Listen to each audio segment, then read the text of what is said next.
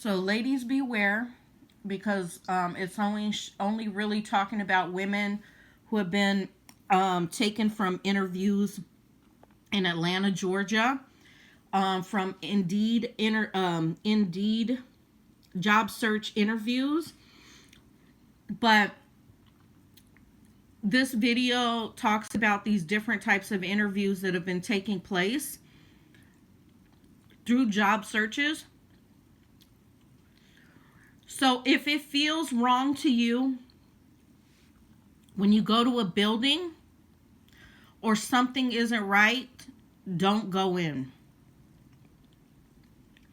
Listen to your instincts, but listen. Y'all, there is a serial unaliver on Indeed, allegedly. This is crazy. So I just did some digging into this, and allegedly there is something going on where people are getting basically abducted, unalived in Atlanta after applying for this one particular position. Now, it's creepy because the position has been removed and is only on there for a certain period of time. You know, the person applies just like any other job, and they receive a text message to their phone. And this text message says like, hey, my name is so-and-so. We like to have you for an interview at this location. And it's like a personal phone number or text. Strange. And going. All right, let's try this out. Let's see. Let's go to the left, but we need more troops. Oh, man. Okay, yes, we got a troop upgrade. The same exact job interview. This is so disturbing. This happened in Atlanta, Georgia. All these people tend to be women or young girls, teenagers, young women between the ages of 20, in their 20s, 27, 35. These are the names of everyone. Everyone's saying that this isn't real. This is real, y'all. Please be careful. Like I said, there are scams out there to, risk, your identity being stolen or anything like that. Just make sure that you're putting an application in with a legitimate company. Like I said, the 17 people that are missing are actually missing people. This isn't made up.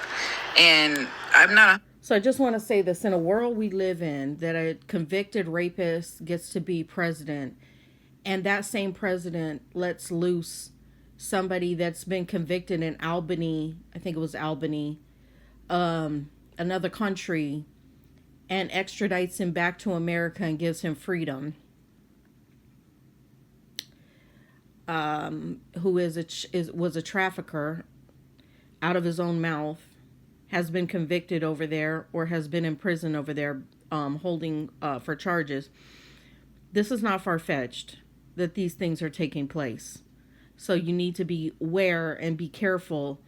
I know women are desperate, men are desperate for jobs and stuff in the type of economy we're living in, which is super sad. But be careful, and if your spidey senses go off, please don't stick around to see what's going to happen next. Leave. In one part of this, it talks about the woman. Here's the woman. This is a mother of a daughter who had been unemployed for 2 months. And the daughter went to a job interview, and there was no furniture, no nothing in the building. Now, it doesn't mean they can't stage the building or whatever, but when she knocks on the business door, quote unquote, all she hears is men in the background. Lots of men. There's no women working there. And so the guy says, "Oh, you're here early. I wasn't expecting you." And he says, "Wait here." And she said her instinct went off and said, "No." So she left. And this is not to call out DraftKings or anything like that. I'm just telling a story of how it was presented to my daughter. So to start, my daughter had a phone interview with a woman who my daughter said the interview went very well with. The lady pretty much told her, "You're exactly what we're looking for." She was then invited for an in-person interview. She got an email that had the details of time, date, location, yada, yada. When my daughter first got the email, she pulled up the address that they sent her. And my daughter came to me and she was like, "Mom, this place looks kind of janky, but I'm going to go see what they're talking about." And I just want to insert that my daughter was unemployed for about a month. maybe more. So you know that feeling of like, I need a job. So she was just like, I'm gonna go see what they talking about. So my daughter shows up to the interview, and as she suspects, the place is janky on the outside and janky on the inside. She basically described it as a place that does not look like a real place of employment with like real employees in there. She said it was just like, it looked like kind of like a room and like another little room, and she said there was nothing but men in the back. Guy comes from the back and greets her, and they had like a little bit of an exchange because apparently there was some confusion about the time she was supposed to be there. Ends up having to go to the back and tells her he'll be right back. But my daughter wasn't feeling the vibes from the moment she got there. And she said that he was kind of shifty, like just the vibes were off. In addition to there being nothing but men in this building. She said when he went to the back, she had a moment to think and left. She said she felt very uncomfortable, so I'm glad that she had enough discernment to get the hell up out of there. Now, this is not to say that that job was not a legitimate job, but I'm the type of person, like, if it looks like bullshit and feels like bullshit, it's probably some bullshit. And I pray for discernment, not only for myself, that you... Interview, and she asked me all these questions, yada yada, like, do you have a car, do you have kids, yada yada yada. Like the day of, I guess, I forgot to look up the address or whatever before that, doing my research or whatever. I looked up the address, and like the address wasn't like matching what like the name of the company was. It was like something like that, but it was like some weird suspect shit. Like it was not adding up. So I was like, you know what, I'm not gonna go. And then it was like a far place that I've never been to, so I was not about to go. And then I get there, I emailed at like 10 o'clock at night through Indeed. I applied for it. I got an instant response through Indeed asking for my personal email because the guy wanted to send over some, I don't know, the location and whatever, and couldn't for some reason do it through Indeed. So I sent over my personal email. I got another response immediately. Can you come to this at this time? I was like, yeah. So the next day, obviously, I turns up at this. Don't give out your real personal email when you're going to initially look for a job. Yeah, maybe when you actually get the job and it's a legit job, a legit, career, business, or whatever. When you're looking for a job, I would not give out your real email, your personal email.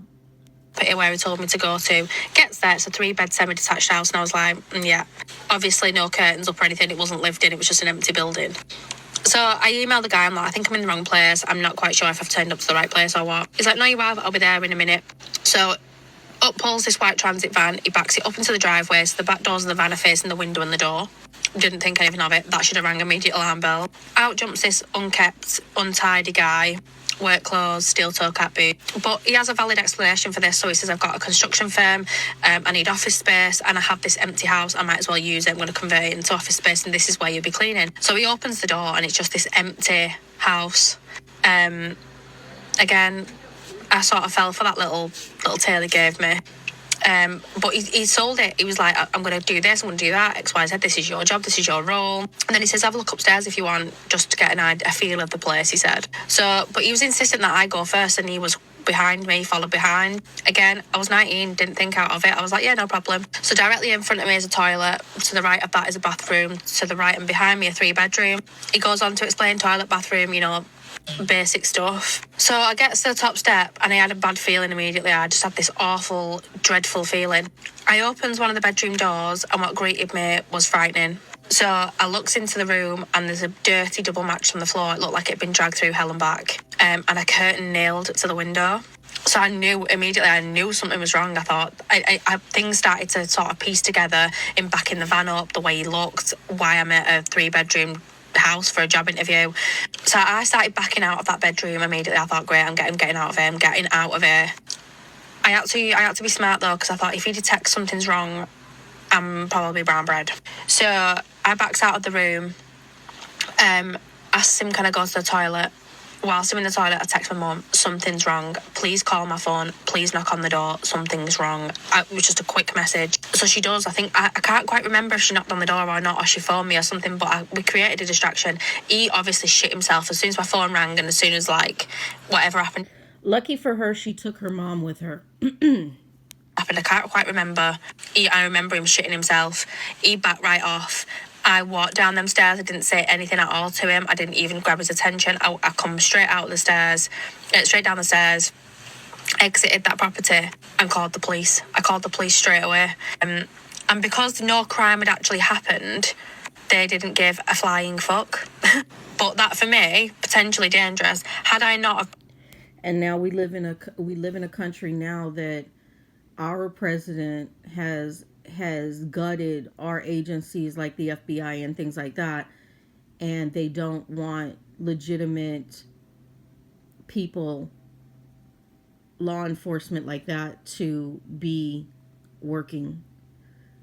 So I have my own theories about all that, but just know that you're basically there to fend for yourself at this point in this country. I know she's from another country, but we're about to just be fending for ourselves. So pay attention, be aware.